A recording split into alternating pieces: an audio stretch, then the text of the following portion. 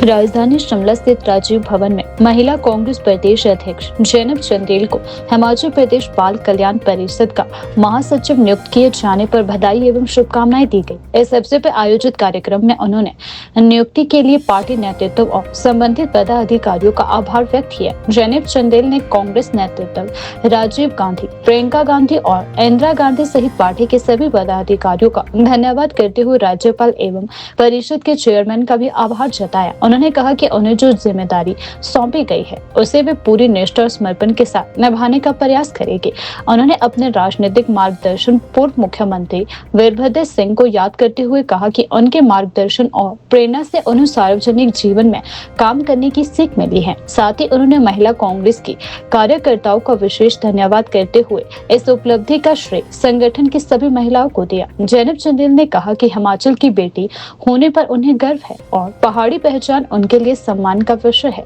उन्होंने भरोसा जताया कि नई जिम्मेदारी के माध्यम से वे समाज कल्याण से जुड़े कार्यों को आगे बढ़ाने का प्रयास करेगी। मैं अपने कांग्रेस पार्टी का, जिसकी मैं एक कर्मठ कार्यकर्ता हूं और अपने आप को हमेशा गौरवान्वित महसूस भी करती रही हूं कि मेरी पार्टी ने जिसकी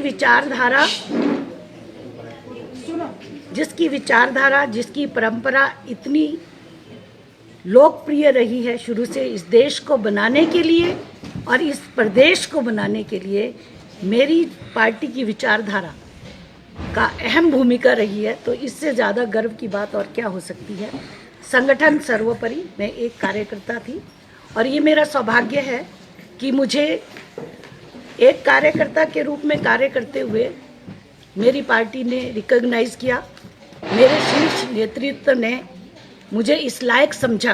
बाल कल्याण परिषद जैसे कि नाम से ही जाहिर होता है, यहाँ पर बहुत कुछ करने के लिए है।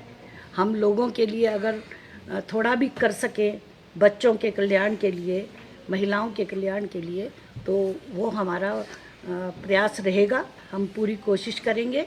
जो भी जिम्मेवारी पार्टी ने मुझे आज तक दी है उसको हमने निभाने का प्रयास किया है, कोशिश की है।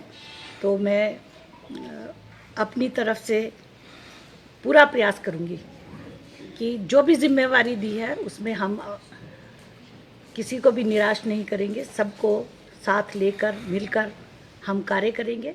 जहाँ तक ग्रामीण बच्चों की बात रही है, दूर दराज के इलाके के लिए, मैंने जैसे शुरू में ही कहा कि कांग्रेस का कार्यकर्ता होने के नाते में हमेशा से मुझे अपने ऊपर गर्व रहा है और स्वर्गीय राजीव गांधी जी को मैं आज याद करना चाहूँगी, क्योंकि आपने ग्रामीण बच्चों की बात करी। तो स्वर्गीय राजीव गांधी जी ने जो नवोदय विद्यालय गांव-गांव में खोले, उन्होंने क्यों ऐसा किया? क्योंकि ग्रामीण क्षेत्र के जो बच्चे थे उनको भी एक ऐसा अवसर देना जो शहरों के बच्चों को मिलता था, ये उनकी सोच थी कि उन्होंने जो दूर दराज के ग्रामीण इलाकों में बच्चे थे उनको उच्च शिक्षा प्रदान करने के लिए नवोदय विद्यालय का उन्होंने गठन किया। और मैं बड़े गर्व के साथ कहती हूँ कि आज पूरे विश्व में जो IITs में बच्चे गए, IIMs में बच्चे गए, तो उनमें IAS बने, IPS बने, तो नवोदय विद्यालय से पढ़ के ग्रामीण क्षेत्रों के बच्चे वहाँ इतने उच्च पदों तक पहुँचे हैं। तो ये बहुत अपने आप में बहुत ही गर्व की बात है। आज तो हम इतना आगे बढ़ के हमने इतना विकास किया है। हम आज परमाणु शक्ति हैं, लेकिन उस समय तो नहीं थे। लेकिन हमारे नेताओं की सोच क्या थी? उन्होंने विदेशी जो भी ताकतें थी उनको मुंह तोड़ उन्होंने जवाब दिया। तो हम उस पार्टी के कार्यकर्ता हैं जो जहाँ पर भी कहीं गलत होता है उसका मुंह तोड़ हम लोग जवाब देंगे। और आज की परिस्थिति में मैं एक बात जरूर कहना चाहूँगी कि जिस तरह से हमारी ग्रांट बंद की है, राजस्व जो घाटा वो ग्रांट हमारी बंद की है, ये बहुत गलत है।